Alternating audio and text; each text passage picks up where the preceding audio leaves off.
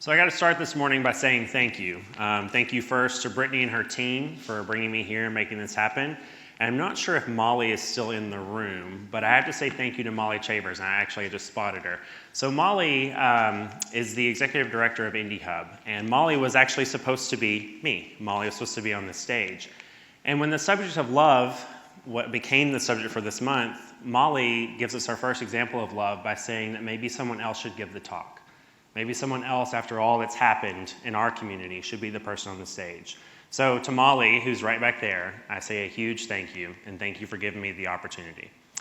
So in order to talk about love, what I'm going to do today is I'm going to go through 3 stories.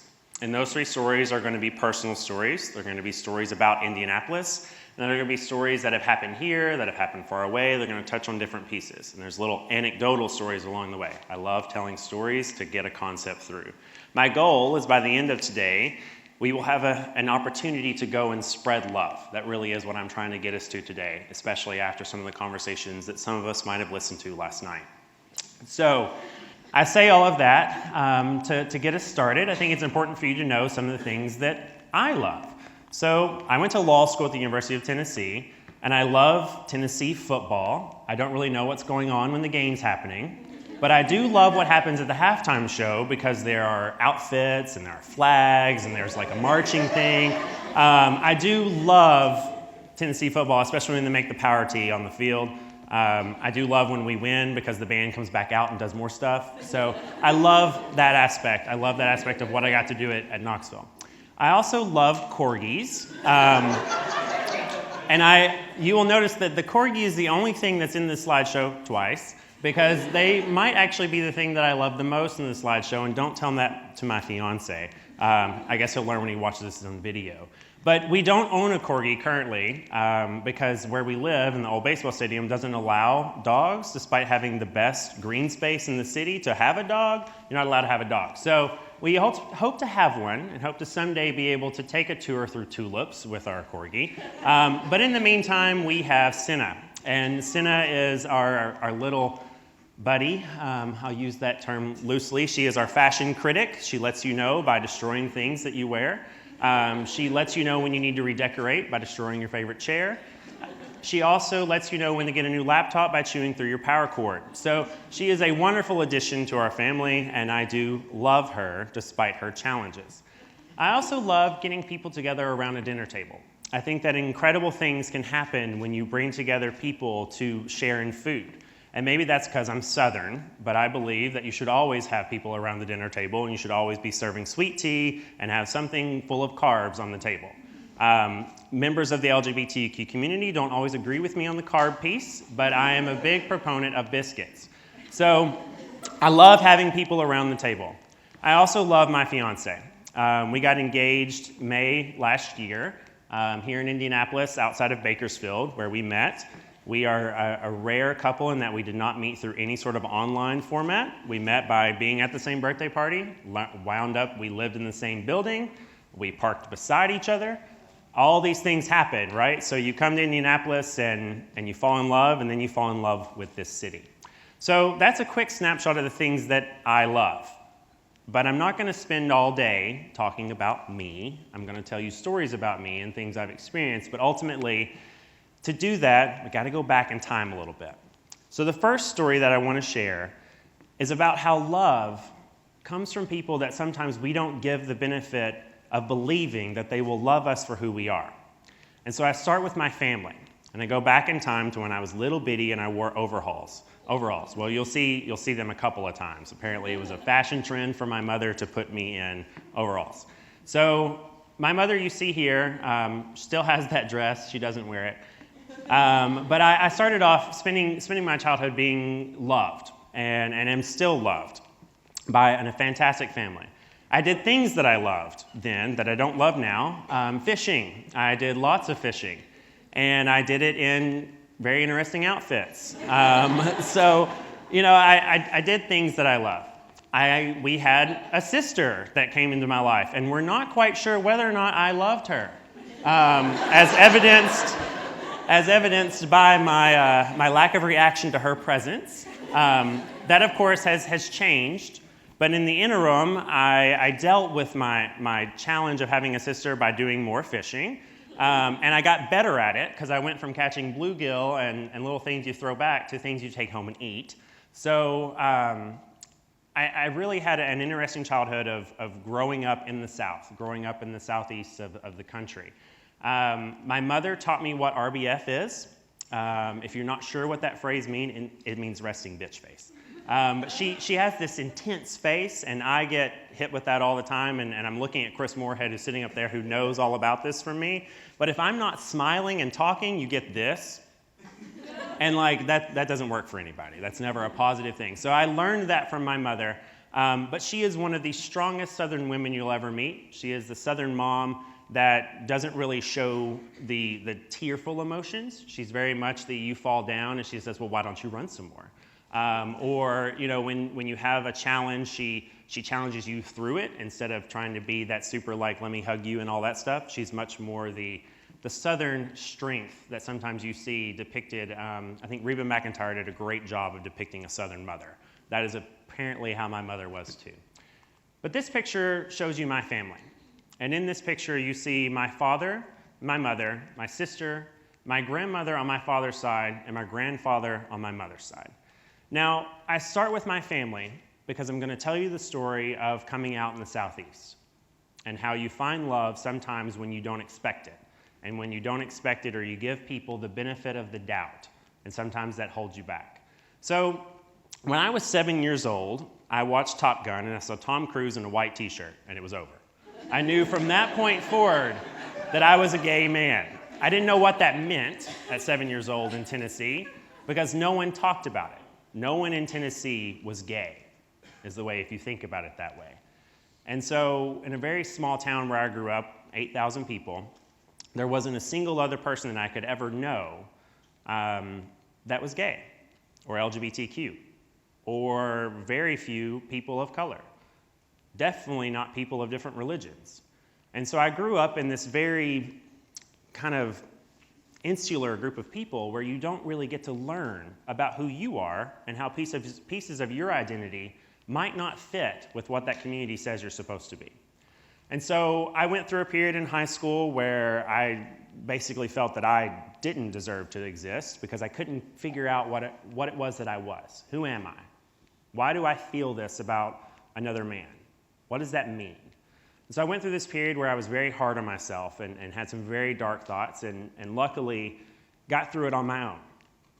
And that's a theme throughout a lot of this story, is I did a lot of this stuff by myself because I didn't really have the support network that I'm happy to say many people have now, that we have progressed to where that exists. But at that time, I graduated high school. I went to undergrad at Murray State in Western Kentucky. And again, very small space as a city, great university, very liberal university, but I still didn't venture into journeying through my own journey of coming out. Instead, I became president of every organization I could, and I rocked it out in the classroom, and I dated the prettiest girl on campus and was like, look, you see this? She's coming to stuff with me. Like, that's what I did. I joined a fraternity where we turned away men who were gay and open about it. And I led that conversation because I was in charge of recruitment. So that's where I was. Now, when I went to law school, I did so in a place where no one knew me. The difference between law school and undergrad is that undergrad, people from high school followed me. I was the first to say I'm going to Murray State. 7 other people decided to follow me there. So when that happened, I didn't venture. I didn't touch on it. I didn't think about it. But then I got to law school, and in my first year, I dated women and I dated men. And I dated women during the day, and I dated men in cities that weren't close to Knoxville because I was still scared about what it would mean if someone saw me with another man. And I was scared about what that would mean for my future. I was scared about what would happen if my parents found out or my family found out.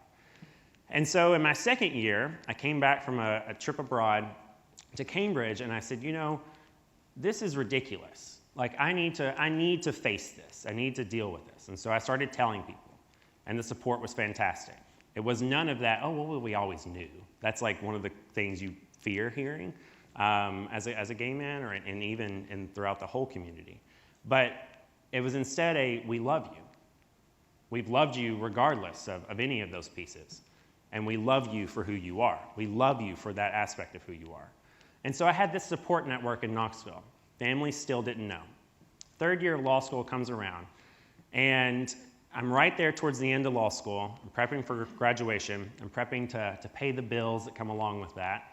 And the thing about coming out is that you have this vision in your mind that it's going to be like some of the movie scenes you see where you're sitting down with your parents and it's this great, beautiful, like sunlit room, and you come out and your mom puts her hand on your hand and looks you in the eye, and like all this magical stuff happens.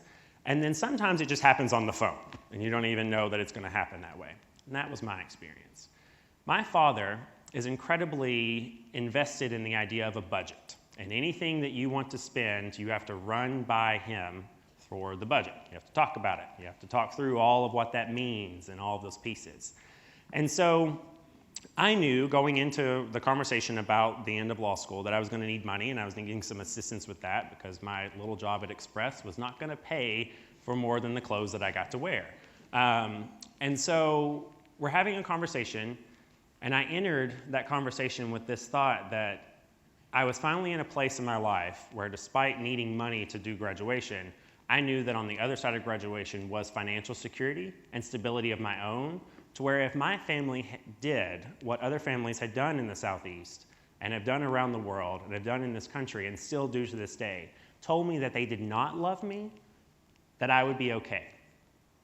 And I waited until I was able to be okay without their support before I told them. That was always in my head. So I'm on the phone, I just finished tennis practice. I'm asking my dad for money, and he says to me, and for whatever reason, I guess because this moment is one of those crucial moments in your life, but he says to me, you need to recognize who we are and what we're capable of affording. Now, some background on my family is that we are a working class family. My father has worked maintenance his entire life.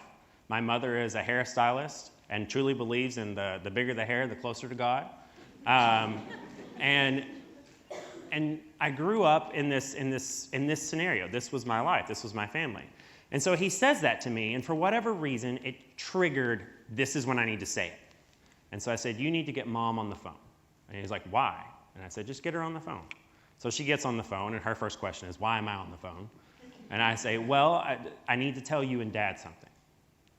And so I pause for a second, and that pause that goes a little bit too long and makes you uncomfortable, that pause happened right there because I was struggling with saying the words. Because for me to say the words in that moment meant that I was going to affirm to the people that had raised me since I was born that I was gay. It meant owning it. It meant accepting that that was who I was. It meant continuing the journey of actually loving myself to be capable of loving someone else. And so I said it. I said, I'm gay. And my voice broke as I said it. I began to cry. And my father, without missing a beat, says, we love you. And my father, who's been raised in rural Tennessee his entire life, said, we love you. And he did that in a time when it meant for him having to go to the times when he goes to the little restaurant in our hometown and has coffee and having to answer questions that people were going to ask and having to deal with bigotry that was going to come his way, because it has. And he accepted that in that moment. Now, my mother was silent. And in my head, because I was entering this conversation with doubts about what could happen, I feared that silence meant that something terrible was coming. And I braced for it. And as I said, my mother, who's the strong Southern woman that doesn't cry, began to cry. And then I began to think, oh goodness, she's crying because she blames herself. But instead, she was crying because she said to me, I'm crying because I wasn't able to be there for you, and you had to do this by yourself. And so in that moment, as we all started crying, right? Everyone's crying at that point. She tells me of how my sister had relationships, and she'd never been able to have talks with me about relationships because I didn't have them. I was too busy, is what I would say. But the reality was that I did, and I processed through them on my own. And my mother always wanted to be able to do that with me. And so what I learned from this story, and what I hope to give the takeaway here, is that sometimes we have to give people the benefit of the doubt that they can love us for who we are and for what we do. And sometimes we will make mistakes and we will misstep, But if love is truly at the root of the relationships we share with people, we will overcome those pieces. Now, the thing about coming out is that that journey doesn't stop ever. So me walking into this room, you might have assumed that I was gay because there was a rainbow poster of people and we're talking about love and I'm president of Pride, right? Like there's a lot there that you're like, this guy's probably gay and I'm dressed very nicely. So there's pieces like that, you're like, this guy's probably gay. But until I said it, you didn't actually know. You didn't fully know. And so there's a constant confirmation. And sometimes that happens with little ones who ask questions. And so in this picture is my best friend that I grew up with. We were next door neighbors. She was the love of my life for the longest time, still is, actually. One of my favorite people in the world. And she married a fantastic man. They're both part of my wedding. And this is their daughter. They have a son as well. And little Haley is a fascinating child. She is beautiful. She is brilliant. She loves cicadas. She loves collecting cicada husks, like putting them in bags and putting them beside her bed. She loves cicadas. She asked if she could put a cicada on the dress she's wearing at the wedding. I've tried to find a cicada brooch. They don't exist. So she is a fantastic, fantastic child. And so in this picture on the right, we're at a University of Tennessee football game. We've just finished watching the band. And we get ready to leave the game, and I was there with her and her parents, her little brother, and my best friend from law school, who is my friend Tiffany, who's about this tall. She's 4'11" 3/4, and the most important part of those numbers. And we're walking away from the game, and Haley says to me, "Is that your girlfriend?" Now, she's met my partner. She calls my partner Dr. Eric. She says, "Where's Dr. Eric?" anytime he's not around. So she knows he's something in my life. And she asked if Tiffany is who I'm going to marry. And I'm like, "No." And she's like, "Well, is Tiffany your mom?" And Tiffany goes, "No," because Tiffany is my age, so definitely not my mom. And then Haley looks at me and she says, "Well, then who are you going to marry?" And I said, "Well, I'm going to marry Dr. Eric. You know him." And she gets this puzzled look on her face. And the innocence of a child, she looks back to me and she says, "It's okay for you to marry a prince." Now, I luckily was wearing the sunglasses you see in this picture because I start bawling while she just skips along and has no recollection of what she just said to me or the impact of what she said. And then the beauty of children is that they will say fantastic things like that, and then they'll turn around and ask you who's wearing the dress at the wedding. So like it's just it's amazing the conversation you have with children. Now, the final piece to this story, and before I move into the second one, is that progress happens. So my mother, who I came out to, has been an incredible supporter and an ally in an area of the country that is not, she has to come out as an ally. And her ally nature pops up in different ways, and one of those is helping your son look like Effie Trinket for the Bag Lady bus tour. My mother made the dress that I'm wearing. I'm the butterfly one, in case you can't recognize me. My mother made the dress that I'm wearing, and despite the fact that we look like you might have walked into the wrong neighborhood, given the facial expressions we're making, we're practicing our RBF. She also made my partner's outfit. And she did all of this without asking, because she asked me what I was doing for Halloween. I said, "Well, we're doing this charity thing." She said, "Tell me more about it." I said, "Well, the Bag Lady Bus Tour raises funds for the DEFA here in Indianapolis that supports people with HIV/AIDS when they can't support themselves and in some of the emergency situations they find themselves in." And she said, "Well, I want to help you. What can I do?" And I said, "Well, I'm trying to look like this." And she goes, "Well, let's go get fabric." And next thing you know, I have a dress. Next thing you know, we're working together to glue butterflies onto this dress. To me, that speaks to progress. It speaks to the idea that people can show you they love you, can learn about you as a person, and then figure out ways to support you continuously as you continue that journey. So the second story, as we transitions into talking about Pride and talking about Orlando and what Indianapolis did in response to those events and in response to the tragedy that we had to overcome in Orlando and are still overcoming. So in this picture, if you've never been to Indy Pride, this is what 110,000 people look like outside of this building, all throughout American Legion Mall. And when we were celebrating Pride this year, it was June 11th. And we had En Vogue on the stage. We had a fantastic crowd. It was the surface of the sun hot, but it was a beautiful day. And we spent that evening until 2:30, 3 o'clock in the morning, picking up trash, tearing down tables, tearing down canopies. And the thing that I've had to process, and as I've thought about Orlando, is that while Orlando was happening, we were complaining as volunteers about what we were having to do for work. So while our brothers and sisters in Orlando, the 49 individuals that fought for their lives and unfortunately lost that battle, while they were doing that, I was complaining. And that is a perspective thing, and people have said to me, "You're too hard on yourself for that." And I say, well, am I? If I got away from complaining all the time and I got to a space where I was thinking about how do I exhibit love all the time and love what I'm doing to where it overcomes the barriers of having to get it done at 2:30 in the morning, would I have been complaining at that point? And I've sort of beat myself up on that. But this part is definitely not about me. This part of the story is about what Indianapolis was able to do to show support for members of our community, the LGBTQ community, that we didn't even know, that were hurting or had been killed in an act of senseless violence. In this picture, you see 49 individuals. And a common theme among them is that many of them identified as LGBTQ. Others were allies. But other pieces within that is that many of them had partners. Many of them were on the verge of starting a family. But many of them are also members of the Latino and Latina community. And that intersectionality of our identity is so important and critical to the conversation of figuring out how to love other people, because there's so many different facets to who we are, and we have to figure out how we love all those pieces. Now, when Orlando happened, I woke up to my phone going crazy. Someone had called enough times that the do not disturb on an iPhone was overcome.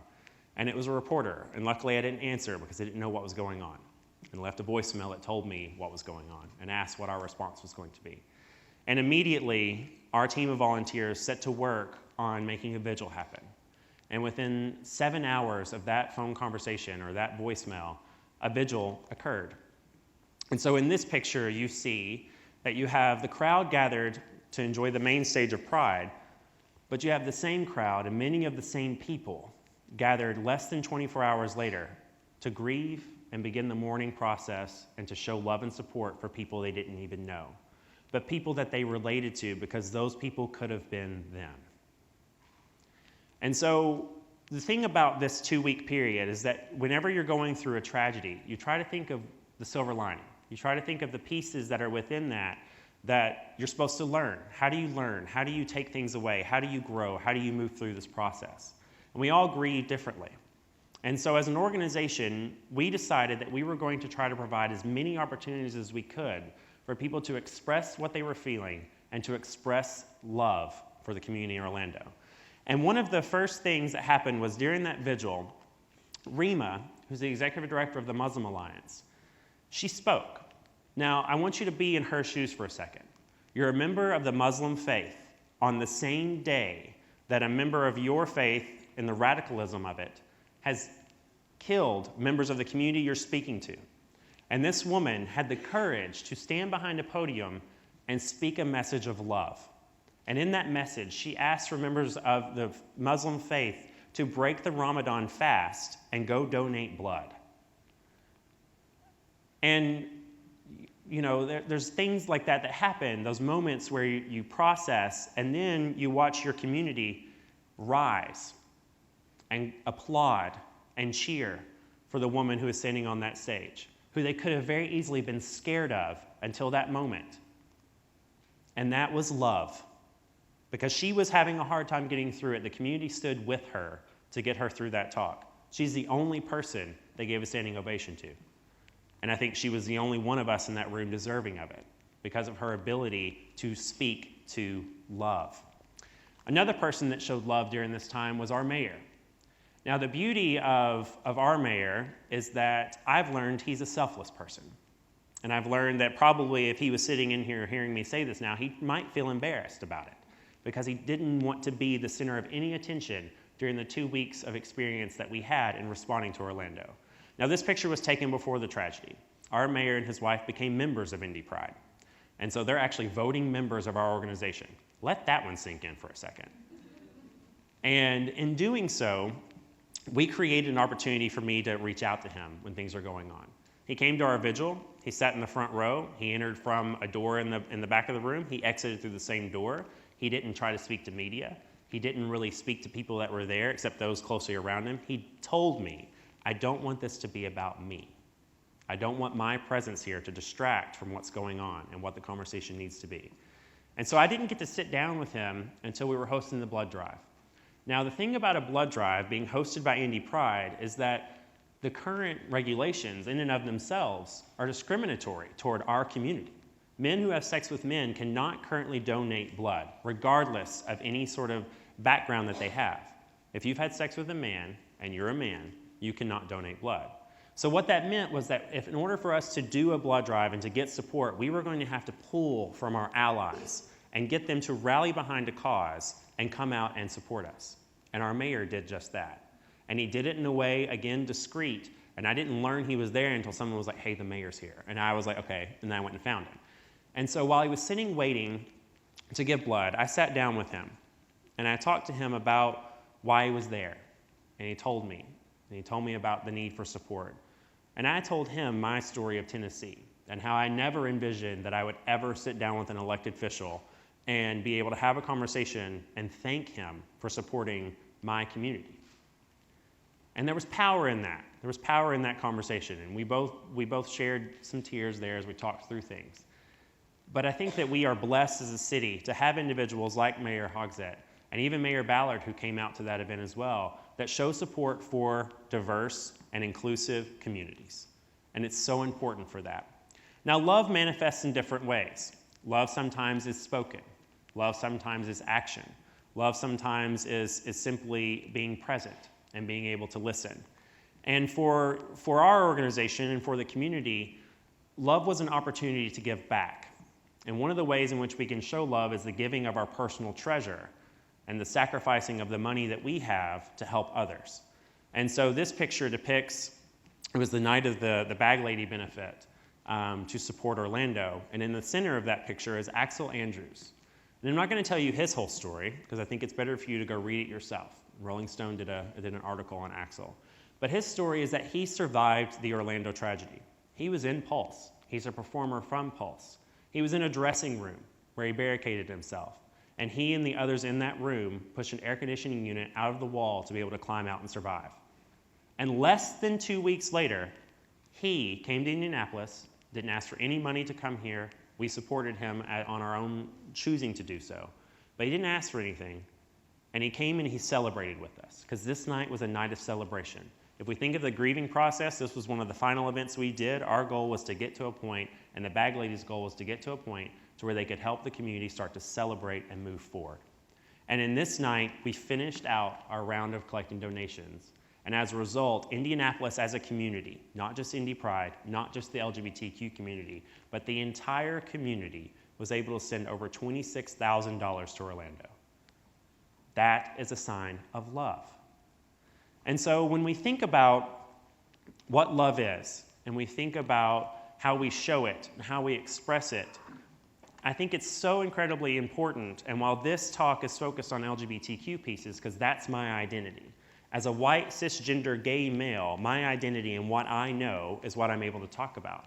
But what I can tell you is that we as individuals have to figure out a way to be able to think in the shoes of our people that don't look like us and don't believe like us. There are members of our Black community that are hurting as a result of the systemic racism that continues to permeate our society. There are members of our law enforcement community that are also hurting because of things that happen to them, tragedies that have happened in Dallas. But there's tragedies across every piece of this. And I by no means am making an all lives matter pitch, because I don't believe in that movement. What I do believe in is affirming who people are, listening to what they say, and trying our best with what we've got and the tools we have to understand what they're saying to us. Because when we can do that, and I look at this crowd and I see many people that outwardly present as I do, when we do that, we gain an opportunity to build relationships, and relationships lead to love, and love conquers hate. So the final story I'm going to tell you is one that happens in the most unexpected place McDonald's on 16th Street and Meridian. Now, if you have been to that McDonald's, you may or may not have gotten your order wrong. They may have decided that you were going to have it their way. You may have also, if you've had my experience, needed a snack late at night after being out on Mass Avenue and being told that despite the fact they're open 24 hours, they are closed for cleaning. And I don't know what that means, but okay, we'll go to White Castle. So it was 9 days after Orlando, and I was headed to a meeting, and I'm the type that has to eat like every 5 minutes. Like I'm already hungry. Like standing up here as this talk goes on, I get hungry, right? So I'm on the way to this meeting, and I don't know whether or not they're going to have food, which makes me nervous. So I decide to stop at McDonald's, which also makes me nervous, especially this one, to get a snack. And so I'm there, I'm in line, I'm ready to order my number 2, plain. The fact that I have my order memorized is sad. And so I'm standing in line, and I'm going to lay out the room for you. So in front of me is a gentleman that if I could describe him, he would meet the description of someone that I would never think would have been thinking about LGBTQ individuals or thinking about the struggles we have. That's important to remember about him. He's going to be a very important piece of this story. In front of him is someone who I don't even remember who was ordering food. They were in my way between me and food.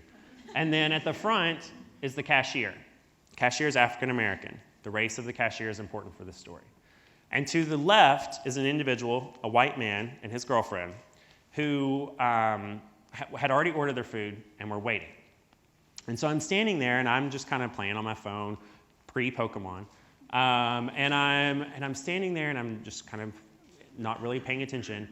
And I notice this language coming from the man who's waiting for his food. And he's getting angrier and angrier. And his body language, he's starting to move, and he's starting to get kind of, you can tell something's going on. And he begins to call the cashier racial names. And I am standing there, and I'm hearing that, and that makes me uncomfortable. But then he progresses to calling the cashier a faggot bitch. And I say that word because I need you to feel what that word makes me feel. That word makes me feel fear. That word makes me scared. That word makes me get anxiety. That word makes me start analyzing my surroundings. It makes me think about, do I need to leave where I am? And in that moment, it also froze me. And that moment was the first time that I had processed what Orlando meant. Because it was the first time that I was in a situation where an individual was saying that he would progress to saying that he was going to hurt the cashier because the cashier was a faggot bitch. And that he was going to meet him outside and he was going to stab him. And as I began analyzing all these pieces, I noticed that he does in fact have a knife in his pocket. And so my brain is just overwhelmed, and I'm standing there probably not with my RBF, but instead like this, freaked out. And I watch him as he lunges for the cashier. His girlfriend pulls him back, and they leave. And I watch him get in his car, and I make sure he doesn't come back into the restaurant. Because at that point, I don't know what he might have had if he'd gone to his car. The car pulls off, and he leaves. And I'm still standing there, and I'm just sort of staring off into space. And then I feel a hand on my shoulder. And I said the man in front of me was important, because the man in front of me puts his hand on my shoulder and says, I know you. And I look at him, and I don't know him. And he says, I recognize you because you've been doing a lot of media interviews about what happened in Orlando. And what I need you to know is that your community shouldn't have to hear things like that man just said. And I want to make sure you're okay. Now, I don't know what I said to him because I started crying. But he looked me in the eye, and his eyes watered up, and he took his Big Mac, and he left. And in that moment, that to me was love in an unexpected place. It's love that you don't have to give. Nothing said that man had to turn and ask if I was okay. Nothing said that man had to turn and affirm me and who I am and acknowledge that I might have been impacted by what was being said. And what is even more important is that he was an African American. And he didn't process through the first part of it, didn't look for support there. He looked to support me in that moment. And I, unfortunately, didn't have the wherewithal to support him back, because neither of us should have had to hear what we heard in that moment. But what I learned from that is that if we go out of our way, if we take steps as individuals, and this is kind of the big takeaway today, if we can show that we love people, and we can affirm who they are as individuals, and we can acknowledge them, we can root out the hate that is being spread in this world. I truly believe that when we as a people unite through love, we are able to overcome any level of hate that is being espoused by anyone on any stage. And so as I think about what my goal is in a Creative Morning Talk, is that I hope you all creatively think of ways today to show that you love other people. And maybe that's simply telling them, but it could be just as easy as asking, are you okay? And so I leave you with a quote, and anyone who knows who John Wooden is, obviously a famous Hoosier, but the greatest word in the whole dictionary is love. And I just ran across this quote when doing a program a couple of weekends ago, but it is so true. If we truly believed this quote, and we truly believe that love, even when it makes us uncomfortable, until we are able to go through the uncomfortableness, we'll never be comfortable in being loving to others. If we can love others, and if we can demonstrate that, love will win. Thank you.